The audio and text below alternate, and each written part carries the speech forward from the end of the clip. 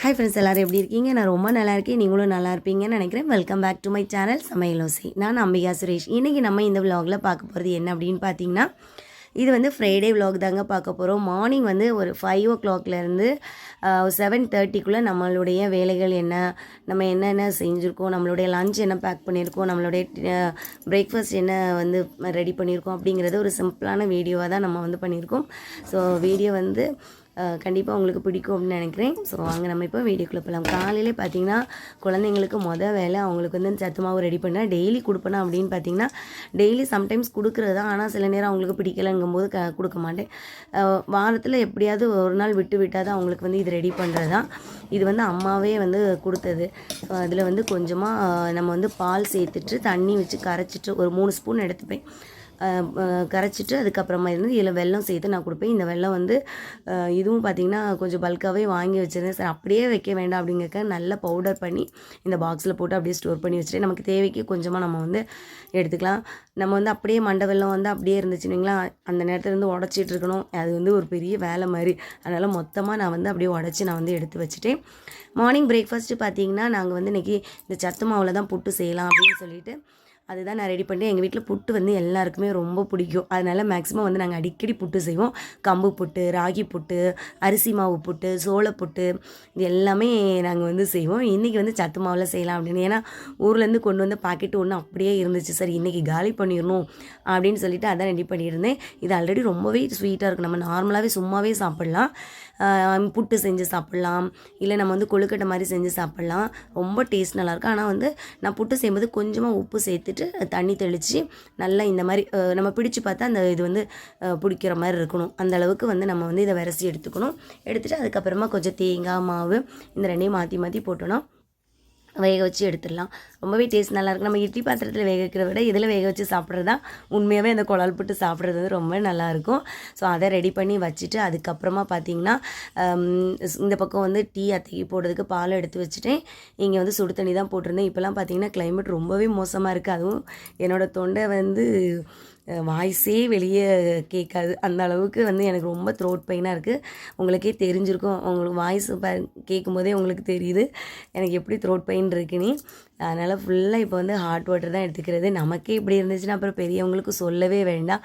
So அதனால் எனக்கு ஒரு ஃப்ளாஸ்கில், அத்தைக்கு ஒரு ஃப்ளாஸ்கில் நான் வந்து ரெடி பண்ணிவிட்டு அதை தான் ஊற்றி வச்சுருந்தேன். சின்ன சின்ன வேலைகளை நம்ம வந்து அப்படியே நம்ம வந்து செஞ்சுட்டே இருக்கணும். இதுக்குன்னு தனியாக டைமுன்னு நமக்கு கிடையாது. அந்த பக்கம் நமக்கு ஏதாவது ரெடி ஆகுதுன்னா இந்த பக்கம் ஒரு வேலையை நம்ம செஞ்சுட்ருக்கோம். பெண்கள் பார்த்திங்கன்னா அவங்களுக்குலாம் வந்து 2 கை கிடையாதுங்க, 10 கைன்னு சொல்லணும். அந்த அளவுக்கு அவங்களுக்கு வந்து சுறுசுறுப்பு இருக்கும். காலையில் கிச்சனுக்குள்ளே வந்துட்டுனா தடல் புடல் வேலை தான் நடக்கிற மாதிரி. ஆனால் வந்து எல்லார் வீட்லேயும் பார்த்திங்கன்னா ஆண்களும் நல்லா ஹெல்ப் பண்ணுவாங்க. நான் நிறைய வீட்டில் பார்த்துருக்கேன். காலையிலலாம் பார்த்திங்கன்னா நிறைய ஆண்கள் வந்து பெண்களுக்கு நல்லா ஹெல்ப் பண்ணி கொடுக்குறாங்க. காய்கறி கட் பண்ணுறது, அவங்களால முடிஞ்ச சின்ன சின்ன வேலைகளை செஞ்சு கொடுக்குறாங்க. ஒருத்தங்க வந்து சப்போர்ட் பண்ணும்போது தாங்க உண்மையாகவே. ஏன்னா 2 பேரும் வேலைக்கு போவாங்க, குழந்தைங்கள ஸ்கூலுக்கு அனுப்பணும்.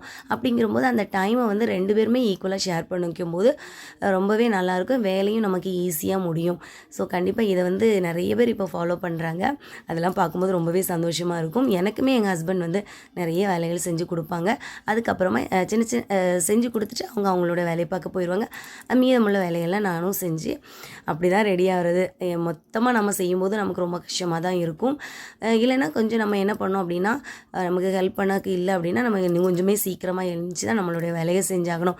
ஆனால் கண்டிப்பாக பெண்கள் வந்து சொல்லவே வேண்டாம். அவங்களுக்கு 2 கை இல்லைங்க, 10 கை இருக்குது. எல்லாத்தையுமே அவங்க வந்து ஈஸியாக செஞ்சு முடிச்சுருவாங்க. ஏன்னா அந்த அவங்களுக்கு கண்டிப்பாக வந்து எல்லாமே தெரியும். என்ன எப்படி பண்ணணும், குழந்தைங்களுக்கு எதுக்கு பண்ணி கொடுக்கணும், எது செய்யணும் செய்யக்கூடாது, பிள்ளைங்களுக்கு என்ன பிடிக்கும் பிடிக்காது, எல்லாமே அனலைஸ் பண்ணி அதுக்கு தகுந்தவரை தான் அவங்க வந்து அவங்களுக்கு பார்த்து பார்த்து செய்கிறாங்க. அதுதான் ஒரு விஷயமே. நானும் அப்படி தாங்க செஞ்சிட்ருக்கிறேன். ஸோ அவங்களுக்கு என்ன பிடிக்கும் என்ன பிடிக்காது அதெல்லாம் தெரிஞ்சு அவங்களுக்கு பிடிக்கிற மாதிரி தான் நாங்கள் வந்து செய்கிறது.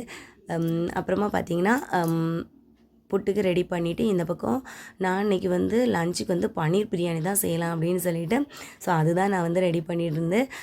பன்னீரை வந்து சின்ன சின்னதாக கட் பண்ணி மிளகாத்தூள் உப்பு போட்டு மேரினேட் பண்ணிவிட்டு இந்த மாதிரி ஃப்ரை பண்ணி எடுத்துகிட்டு இந்த பக்கம் பார்த்திங்கன்னா குக்கரில் எண்ணெய் அதுக்கப்புறமா கொஞ்சமாக நெய் சேர்த்துட்டு ஹோல் ஸ்பைசஸ் வெங்காயம் தக்காளி இஞ்சி பூண்டு பேஸ்ட்டு எல்லாமே சேர்த்து வதக்கிட்டு மிளகாய்த்தூள் தனியாத்தூள் கரம் மசாலா அப்புறமா கொஞ்சம் பிரியாணி மசாலா சேர்த்துட்டு ரைஸ் பார்த்திங்கன்னா நார்மல் ரைஸ் தாங்க ஒரு 2 கப் எடுத்து அதை ஊற வச்சு சேர்த்துருக்கேன். ஸோ எல்லாமே சேர்த்து கொஞ்சம் கொதி வந்ததுக்கப்புறமா மூடி போட்டு ஒரு விசில் விட்டு எடுத்தோன்னா நமக்கு வந்து கரெக்டாக இருக்கும் மீடியம் ஃப்ளேமில். இப்போ வந்து நம்மளோட கிச்சன் இப்படி தாங்க இருக்குது. நான் வந்து ரைத்தாவும் ரெடி பண்ணி வச்சுட்டேன். வச்சதுக்கப்புறமா கொஞ்சம் க்ளீன் பண்ணிவிட்டு இப்போ வந்து ரைஸ் ஓரளவுக்கு வந்து அந்த தண்ணி ட்ரை ஆனதும் நம்ம வந்து ஃப்ரை பண்ணி வச்சுருக்க பன்னீரையும் சேர்த்துட்டு மூடி போட்டு சிம்மில் வச்சிட்டோன்னா நமக்கு வந்து பிரியாணி ரெடி ஆயிரும்.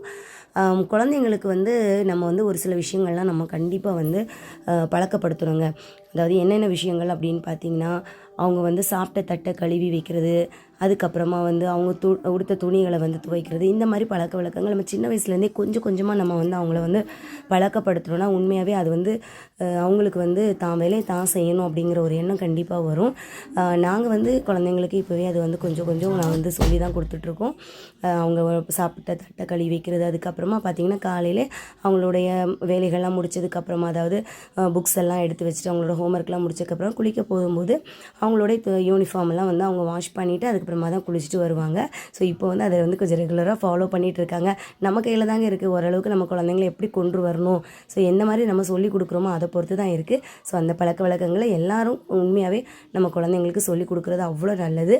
ஸோ நான் வந்து என்னோடய லஞ்சுமே நான் பேக் பண்ணிவிட்டு நான் வந்து கிளம்பிட்டேன். ஈவினிங் வந்ததுக்கப்புறமா பார்த்திங்கன்னா இன்றைக்கி வெள்ளிக்கிழமை அப்படிங்கிறனால மகாலட்சுமிக்கு வந்து அபிஷேகம் பண்ணிவிட்டு நிலைவாசலையும் மஞ்சள் குங்குமம் வச்சு மகாலட்சுமி பாதம்லாம் வரைஞ்சி நான் வந்து நிலைவாசல் பூஜையும் பண்ணிவிட்டு அங்கே இன்றைக்கி வந்து பார்த்திங்கன்னா ஜாக்கெட் பிட்டு அதுக்கப்புறம் மஞ்சள் குங்குமம் அப்புறம் பிரசாதம் பார்த்திங்கன்னா பால் தான் இன்றைக்கி வச்சு வந்து நெய்யோட பூஜையை வந்து நான் செஞ்சுருந்தேன். எப்போவுமே என் நைட்டு வந்து 8 to 9 சுக்கிர உரையில் வந்து மகாலட்சுமி பூஜை பண்ணுறது அவ்வளோ நல்லது. ஒவ்வொரு வெள்ளிக்கிழமையும் நம்ம கண்டிப்பாக இதை ஃபாலோ பண்ணி பாருங்கள். உண்மையாக நம்ம லைஃப்பில் ஒரு நல்ல மாற்றத்தை நம்ம பார்க்கலாம். கண்டிப்பாக இந்த வீடியோ பிடிச்சிருந்தா நம்ம சேனல் லைக் பண்ணிக்கோங்க. இன்னொரு வீடியோ பார்க்கலாம். தேங்க்ஸ் ஃபார் வாட்சிங்.